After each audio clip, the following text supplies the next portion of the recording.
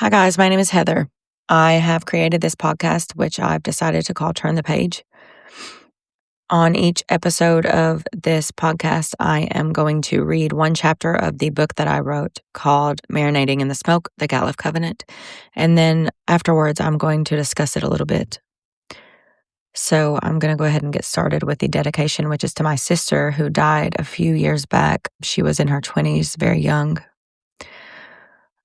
Her death was ruled a suicide, but there was a lot of suspicion around it. So, dedicated to Holly, my shadow on earth, my strength in the stars. I carry your peace in my pocket and your name in my breath. This is our victory. Chapter 1 is called Tin Walls, Glass Souls. I was born into a family who quickly discovered safety manifested by holding our breath. In Gatliff, the walls of our trailer were not fashioned from metal or wood.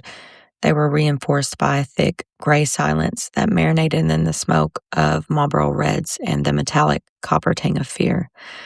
We were a family of tenants squatting on the volatile property of a tornado that could wreak havoc at any moment, which was usually announced by the low, tonic rumble of my father's voice or the terrifying lightning of his blackened blue eyes. My childhood was not a playground. It was a tight-wire act performed over a canyon of broken glass. I learned early that to survive the smoke, you had to become a ghost, unseen, unheard, and always, always hunched over, counting the seconds between the gusts of wind. The air inside that tiny trailer didn't just circulate, it stagnated.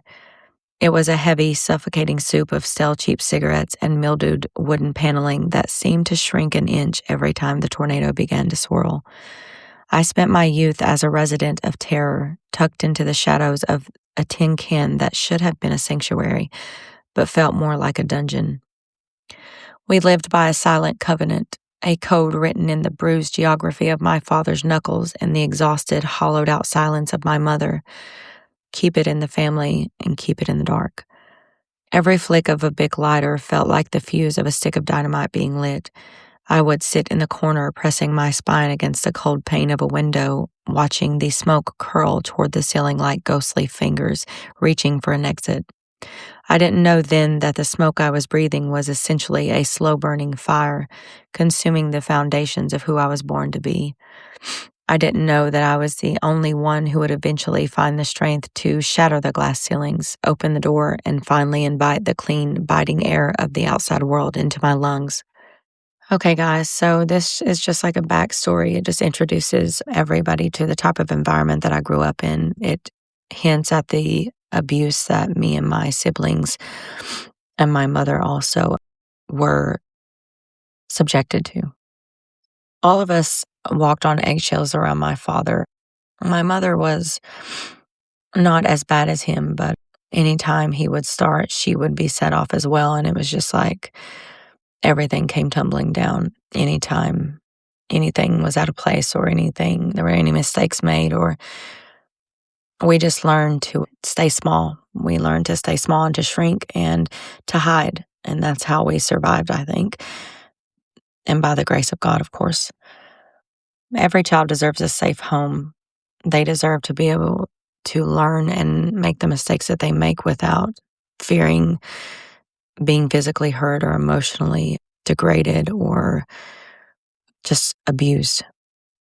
I know everybody suffers from pain throughout their entire lives. We experience different things that hurt us, but your parents should be your safe place. They should be the place where you can go if you're in trouble, or the place and the people that can guide you through making mistakes so you can grow into a safe, secure adult. We didn't have security in anybody when we were little, and I'm just now beginning to even learn what that means and what that is.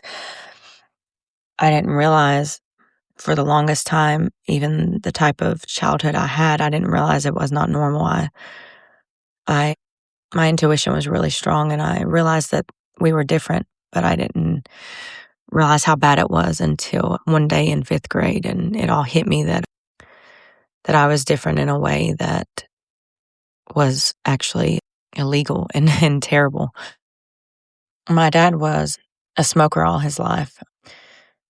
He smoked Marlboro Reds, but a lot of times we were so poor he couldn't afford them, so he would smoke, whatever cheap cigarette, like Kentucky's Best. Or toward the end of his life, he began rolling his cigarettes, like, with this big roller that was like this big mechanical thing, and you just, I don't know, you just created your own little cigarette. But anytime he would speak to you and get up in your face and scream, like, stench of cigarettes would just come off his breath and right in your face, and it was suffocating. It was very suffocating. He would go nose to nose to you. If you done anything, I mean, he was right up in your face, just screaming, and then his voice would echo throughout the entire room that you were in, or wherever, whatever environment we were in. His voice was the echo that we never stopped hearing wherever we went. Any mistake we made, or any little trip we had, or anything that was not the way it was supposed to be, or the way that he thought it would be, his anger would take over him, and his blue eyes would definitely turn black. And when you're a child and you see somebody look at you with black eyes, you truly know that there's evil in the world. And seeing that in someone who's supposed to keep you safe is a lesson in all on its own.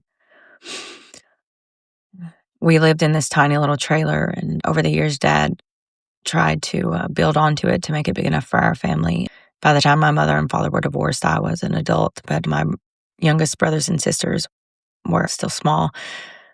But there were 6 of us all together, including my sister who's passed. And to live in a 2-bedroom trailer that small with that many people was, you could imagine the havoc anyway, and then you wrap everything else into that, with everybody trying to survive, and the anger and the abuse and the pain that everybody was suffering from. It was like a different world. When people ask me about my childhood, I tell them that the place I grew up in was like a different world. It was like an alien nation. Or I don't think that they would understand if I were to explain the type of environment that I was raised in. And who wants to explain something like that? Who wants to relive that anyway? You know what I mean? But it's easier just to say, yeah, I had it hard. I didn't have it easy. And then people usually get that information and then just let that go. So that was my protection over the years, just explaining away that the real abuse of it, and the real violence of it, and the real crime in it. Explaining it away with, yeah, it was tough, was a lot easier than actually speaking about what happened to all the people that you come across that ask you what type of environment you grew up in when you were little. My dad could be set off by anything. I don't know. He was actually diagnosed with bipolar, but he had a lot of problems. He suffered from a lot of abuse when he was younger, and I guess he didn't really ever process that. So he was he was actually the angriest person I've ever met in my life. I've never been afraid of anybody more than I was afraid of my father when he got angry. Even as an adult, when he would get so mad, he would literally jump. Like, he was a small man too. He was just like a little bit taller than me, like maybe like 5'4", 5'5" at the most. And he was very muscular, though. He was very cut. He had surgery on his stomach and his back. He had gotten a terrible accident, and he was in a lot of pain for most of his life. He hurt his back when he was in his 20s, and he was no longer able to work. So he had to draw disability, and I know that hurt his pride. And then he became dependent on that check that came every month. And, if anybody's ever drawn disability, that's not enough to survive or feed a family or take care of them. Enough. It's never enough. And I know that bothered him. So every month when he got his check, and that was the day we would get to begin our day with breakfast from McDonald's. And everybody would get like a 50-cent sausage biscuit, right? And the hash browns, I think, were like 2 for $1 as well at that time. And we would all get ice water, but he would always get his black coffee. But he would usually buy me a bacon biscuit. And I was a weird kid, and I was just different. I couldn't eat sausage from McDonald's. It literally, the smell of it made me sick, and couldn't eat bologna either. But he would get he would get me the bacon biscuit, and my brother and my sister would get mad at me because I wouldn't eat the sausage biscuit, and they would, of course, I guess it hurt them that they didn't get a bacon biscuit, but it costs more, and, when you live on a budget like that, it's difficult to pay for things that aren't, as cheap as you can get them. You try to save money and cut corners wherever you can, I guess. So I guess in their eyes, I was getting special treatment, and that was unfair, and I see that. I get that. But and I guess everybody thought I was being stubborn when they would try to get me to get a sausage biscuit, and I just couldn't get it. I wouldn't do it. I just said, "I don't want anything," and I wasn't being mean or trying to prompt them to get me something different. I just literally I didn't want them to buy it and then me not eat it because I literally could not force myself to swallow it, and I guess they thought it was some type of manipulation, like, stubbornness, just like, "I'm not gonna eat anything, if I can't have something different," but that wasn't it. I just didn't wanna puke a sausage biscuit up, you know? But, that's how we began every month. We would go to McDonald's and get the breakfast, and then my dad was a drug addict, so he would spend his check pretty quickly within the first day or so probably and on, whatever he decided to get high on that month. And my dad was odd. Most people when they get high, when they use drugs, I don't even know if I'm allowed to say that. When they use drugs, they're in a good mood, because they're intoxicated. They're not themselves. But my dad, it just made him so angry and mean. So we knew that after that sausage biscuit, we were gonna pay. We were gonna pay for the next few days at least, and that was like the worst time. Every month, the first few days was always the toughest because he had money to get whatever he wanted, then he always went all crazy with it. Of course, he was just trying to numb his pain. He was trying to all the things that he'd been through, and when you're in that much pain, I see why he wanted to escape that. He just wanted relief from how bad he was hurt. So, in the first chapter, when I reference that my childhood wasn't a playground, it was a tight wire act. And that was because you never knew when you were going to set someone off. And I didn't get to play much when I was little. I don't remember like running and laughing and, like just being a kid day after day. That's not what most of my memories consist of. Although I did have times like that here and there. It was just less often, I guess, than what it should have been. But we definitely walked on a tight wire around our parents. My mother would work throughout the day usually, or in the beginning of my childhood, she would like take my aunts and my, just like my family members, they would need like to go to the doctor or something. And I don't blame her. Like she wanted to get out of the house. I don't blame her. She would look for any reason to go somewhere. And she was also like a people pleaser. So if anybody asked her to take them anywhere or anything like that, she was unable to say no. She couldn't do it. She had to say yes. So I get why she was always gone, why she was always trying to escape. I mean, who can blame her for not wanting to be in that hell? The problem was she couldn't take us with her, because there were never enough seats.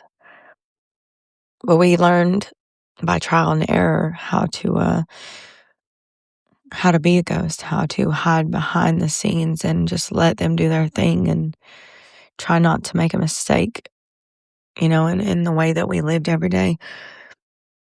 If a mess was made or if, we done something out of character or out of their idea of what was right, we paid very dearly for that. This is not in the book, but I remember one night, me and my sister I would lift her up. This was not when I was like tiny. I was probably, I don't know, like 8 or 9, but I would lift her up on my legs. Like I love cheerleading and I love like doing mounts and if you're a cheerleader, you know what mounts are, you know what stunts are. But I would lift her up on my legs and like I would hold her hands with my hands and we would both straighten our arms and I would put my feet on her thighs and she would kind of go forward and I would lift her up and we would just laugh, man. I mean, we would laugh I remember how free I felt when we were playing that night. And my mother and father were trying to go to sleep, or I don't know what they were trying to do. They were in their bedroom and they just wanted us to be quiet, and we were laughing. And they did not like that. And we were having so much fun that, of course, we didn't want to stop, Um, So we continued on playing and laughing. And I don't know, really. I can't remember. My dad said something to my mom, like, "You better get him where I will," or something like that. And my mom brought a belt in there, and man, I'm telling you, she whooped us pretty hard that day. I remember that it brought the blood out of my leg, on the side of my leg, and I it shocked me that my leg was bleeding from a belt. Like I'd bled many times from switches or like sticks or whatever, but never like a belt. Like it actually cut my leg and caused blood to come out, and I was just like so shocked that I was bleeding, and it burnt so bad, man. It was like fucking fire. It was terrible. And I just wonder why they were so angry that we were laughing and enjoying ourselves. We were just two little kids playing. I would always do whatever it took to protect my sister and my brothers. We were made to clean. We all had chores, but I knew what happened if the chores didn't get done. And for some reason, my brothers and sisters they weren't afraid like I was. Or they didn't show it. They knew if they didn't do their chores that I was so afraid that I would do them anyway, just because I didn't want to get in trouble and get hurt. So I picked up the slack wherever it was. I cleaned up after everybody. I was always cleaning. I was just like a little maid, running around everybody, just trying to keep everything as clean as possible. And it brought me peace to be in a clean environment, even though it was still like, like we didn't have like linoleum or whatever that was on the floor. It was just like pressed wood or whatever that is. That's what our floor was made of. And there were holes all in. There was always animals coming in there and stuff. But I would try to clean it and sweep it. And no matter how much you sweep it, you would always get more dirt. Like you couldn't get all the dirt out of that floor for some reason. It was like never ending. And people were so careless. They would spill something and leave it, or knock something over and leave it. And I would get so frustrated. I just felt like I was constantly running after people, trying to keep things a certain way. And the rest of the house was, there were piles all around the house. There were like pretty much paths through certain places. And I would keep the paths clean, because there was nowhere to put anything. There was so much junk and stuff in that little place that you couldn't breathe in there. And I just tried to keep the paths clean, and wherever there was a place, like a space, I just tried to keep that little space clean. But in my room, if you walked in my room, it was like a different environment. Although it was still, like really, it wasn't nice, but it was clean, and I would keep my clothes separate from everybody else's, because if you put a shirt in that pile of clothing throughout that hallway, man, you would never see it again. And so I kept my clothes in my own little basket, and I had my things to go to the shower with, and I didn't want nobody using my things. And it was just like I was so desperate to be different. And it hurts me that I'm so ashamed of where I come from, but I am. And that's hard for me. But anyways, it was really hard to breathe in the house. I don't know if you've ever been to someone's house who has piles and piles of stuff around, like that actually hoards things. But it's like you cannot get a full breath, like your lungs won't open all the way. And I think that's a big part of where I used to be so claustrophobic. I think that's where it originated from. And also, when we were little, my dad thought it was a fun game to put a blanket over our head and just hold us down and watch us kick and scream. He he thought that was hilarious. But I would lose my breath so bad that I literally would turn blue trying to get it back. It scared the shit out of me. I really felt like I was never gonna breathe again. And he would do it to my brother and my sister, and I would freak out, man. I couldn't stand the thought of them under that blanket not being able to take that breath, and I knew that they were suffocating, and he would just laugh that laugh that he had, and I never stood up to my dad really, but that was the closest I ever came. Seeing him do that, I knew what it was like, and I couldn't stand the thought of it. It killed me. And he got so much joy out of it. I wonder if it occurred to him the things that he'd done and what they'd done to us. Sometimes I don't. I think that he suffered so much and to such a severity that he really did not know any other way. That was just him. It was all he'd ever known. It was all he'd ever seen, and he wasn't able to think differently. He didn't know that there was a different way, you know? We knew that we were not allowed to speak about things that happened at home. We knew that spreading our family's business was a big no-no. We knew that there was a big consequence to that. So when people ask us questions sometimes and the answer wasn't something that they would accept, we would either make up a lie, make up a weird excuse, or just put our head down and walk away like we were shy, but in all reality, we were afraid. We were trapped, man. We were just trapped, and there was no escape. But God met us there in that little trailer. He kept us from dying, dude, because in all reality, that could have happened any day easily. It could have easily been the last day for any of us, and God put a shield of protection around us, and yeah, we got hurt, but we made it through, and I thank Him for that, because if you've ever suffered from abuse, especially when you were a small child, it breaks you, and you feel like there's no way out. So you get desperate, man. You get desperate to escape, and you get desperate just to find any release.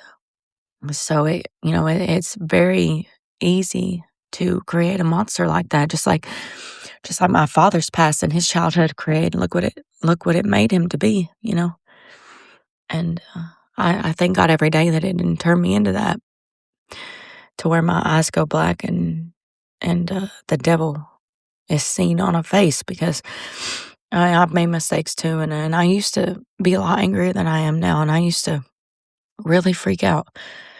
But I thought that that's what was expected of me. Honestly, I thought people gave me attention when I done that, and to be honest, I liked that. I was happy to finally get attention. So when anything went wrong, I would throw a fit and stomp and scream and jump off the ground just like my dad did. And it would scare people, and they would try to calm me down, and I liked the attention that they gave me, so I kept doing it until I just learned that was not right, and I didn't want to be that person. I didn't want to be like my father. So that was hard for me to, and it still is, still to this day, it's really hard for me to deal with the rage that's inside of me. And sometimes I get so mad that I start shaking, and it's really difficult for me to just not go off. But I break every now and then, but I'm doing better now. I'm trying, and I'm doing better. And I'm grateful for the healing that God has allowed me to do. And I'm grateful for Him holding me and keeping me safe while I process through everything that I've been through. My dad was very much like a stick of dynamite. Anything could set him off at any time, and you never knew what it was going to be. Something today that would make him mad, the same thing tomorrow would make him laugh, So you never knew. Like, you could make a joke someday and make him laugh, and he had a beautiful laugh. I mean, it was hilarious, and you would always smile every time he laughed. Everybody around would start laughing. It was so funny, but you could do the same thing the next day and it would piss him off, man, and he would go off and everybody would pay for it. And you never knew, you just never knew. And living a childhood like that, like never knowing what the outcome was going to be of anything that you ever done, it teaches you to wait for the explosion, to wait for the other shoe to drop, or to expect all hell to rain down. You know what I mean?